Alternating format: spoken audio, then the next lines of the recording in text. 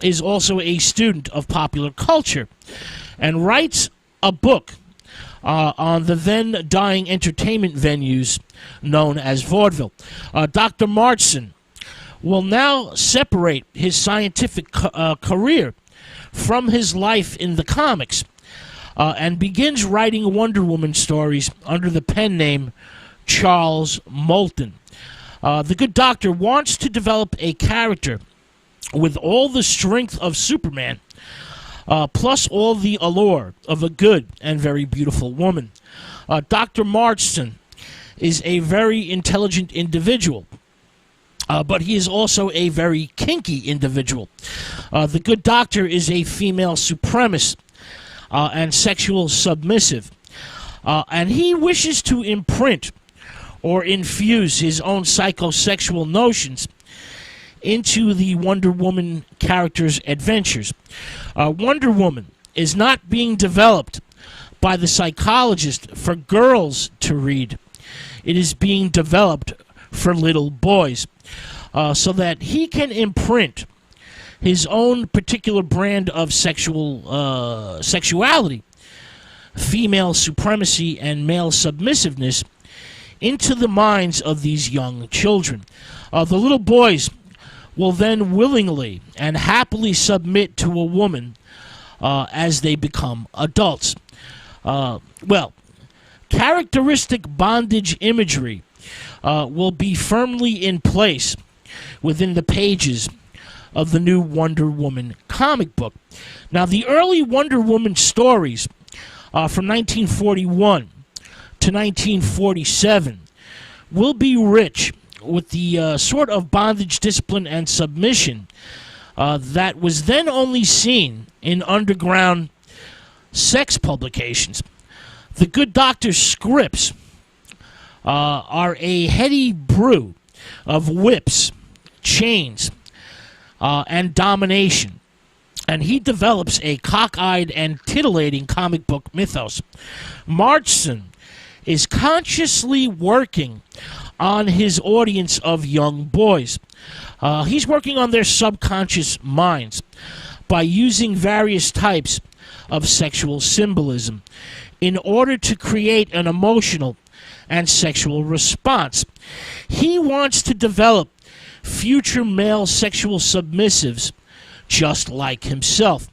The early Wonder Woman adventures are in fact a type of bondage a-go-go, loaded with images of detailed rope bondage, knotted with the accuracy of the Sea Scouts manual, and lots of fetish attire dominates the pages of the comic book. There's lots of dark-haired, leggy beauties in their 20s with fleshy rear ends, squeezing into laced corsets and girdles, leotards, black garter belts, leather neck collars, ultra-high heels, and high-waisted white underwear. The comic book is fascinated by rope bondage. Characters are often being, hog-tied and placed in semi-suspension. But the book also features, loads of whips and chains galore, wrist restraints, eye binders, and ball gags. The comic book characters also endure lots of spankings and paddlings, and the women often have their arms tied behind their backs so that their breasts are heaving as they try to speak. Now, the DC editor, Sheldon Mayer, is freaking out about this. He's not very fond of Dr. Marchson, and he has frequent battles with the psychologist author about the amount of bondage and domination elements in the comic book. But the psychologist fights and fights to keep the bondage and discipline elements inside the comic. They play an important role in the success of the Wonder Woman stories. And the Wonder Woman character is a big hit, a runaway bestseller. Wonder Woman's, 9-page origin story which appears in the back pages of All-Star Comics just a few weeks before Pearl Harbor, is one of the most elaborate in comic book history. It's constructed from equal parts of mythology, metaphysics, and kinky lust. Now, in the origin, a handsome blonde aviator crashes on the shores of an uncharted island set in a vast expanse of the ocean. This is Captain Steve Trevor, who is seriously hurt, but is nursed back to health by Princess Diana, the daughter of the Queen of Paradise Island. The island is an all-female Amazon enclave. The Amazons have been living there. They are immortal and dress like show business versions of ancient Greeks. The Amazons have hidden themselves from the rest of the world since the pre-Christian era, roughly 2,600 years after their legendary battles with men, and they keep themselves away from the male and inferior species. The power of love, however, is too much for Princess Diana, and she soon falls in a big way for the wounded aviator.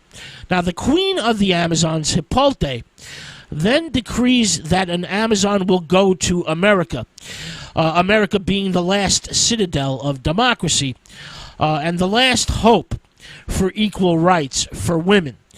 The Queen, knowing that her daughter has fallen in love, decrees that Princess Diana will be the one to go to America. Diana then leaves Paradise Island behind, forsaking immortality, and escorts Steve Trevor back to America. The Amazonian princess now wears a costume designed by the Queen herself, a star-spangled skirt based on the American flag. She flies her transparent plane, in which the riders are visible, but the plane is not visible. The Amazons are superior in intelligence and have perfected futuristic devices, while they have hidden themselves away from the rest of the world. Now, upon arrival in the USA, Princess Diana, Wonder Woman, assumes the identity of a nurse named Diana Prince, so she can remain close to Captain Trevor while he still convalesces. This is a dual identity situation, of course, where Steve Trevor never pays any attention to Nurse Diana Prince, but goes gaga over Wonder Woman. Captain Steve Trevor, even though he's an Army officer employed in military intelligence, is generally depicted in the comic book as helpless and not at all the brightest of bulbs. Now, Dr. Martson is doing this in order to reinforce the role reversal element, dominant women, submissive men, that the psychologist wishes to create into a reality.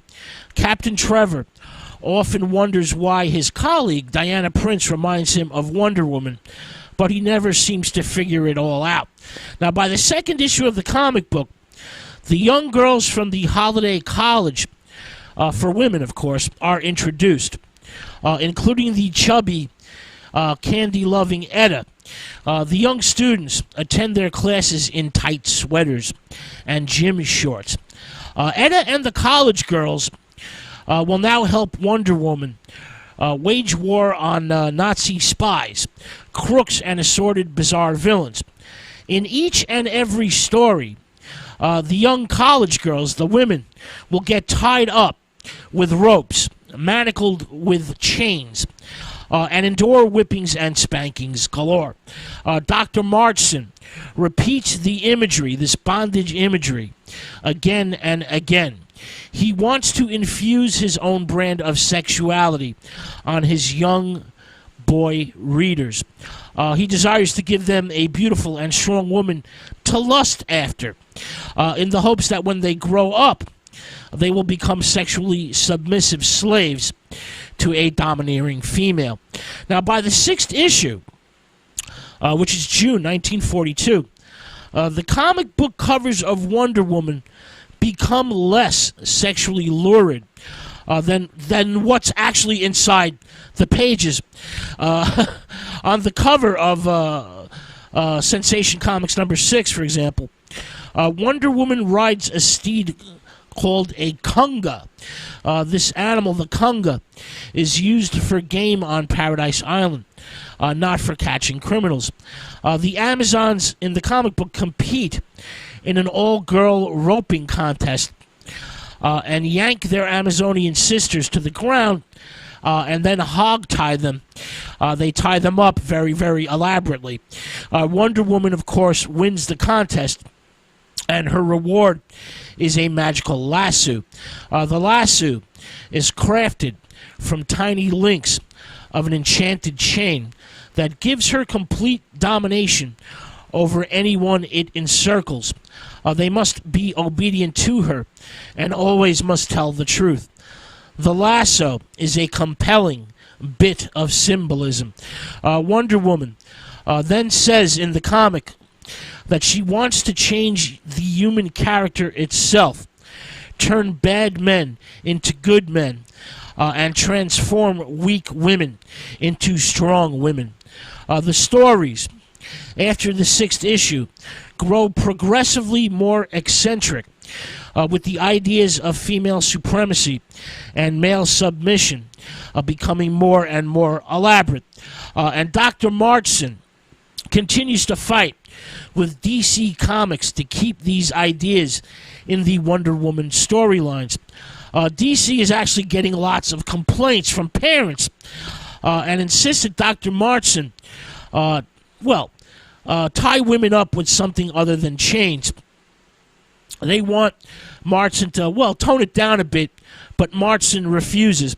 And Wonder Woman's such a big hit that DC decides to let him continue. A typical Wonder Woman short story features an average of 15 separate panels depicting someone in bondage. A longer Wonder Woman story has no less than 75 bondage panels, as well as multiple prisoners. Now, children, of course, accept these images as a type of game, a game of capture and escape. But adults, they view these scenes very differently indeed. Despite the complaints from parents to DC, everyone in the comic book was all tied up in knots during the World War II era. And Dr. Martson muddles his female supremacy sexuality with patriotism. The psychologist praises America, but he also wants to reform it in order to bring about his dream world, his vision of a dominant matriarchy. Wonder Woman, in the World War II years, not only battles the Third Reich, but also fights evil female dominatrix types, malevolent dominant females from an organization known as Villainy Incorporated, a conglomerate of domineering evil women villains. Then there's also the Cheetah, a psychotic debutante who wishes to enslave not only Wonder Woman, but all of humanity. The comic book occasionally hints that the Cheetah is a lesbian who wishes to turn Wonder Woman into her own personal love slave. Now, Wonder Woman's most frequent fiend and foe, however, during these World War II years, is a male villain known as Dr. Psycho, a strange little figure and killer, an evil misogynist with an unhappy and abused spiritualist medium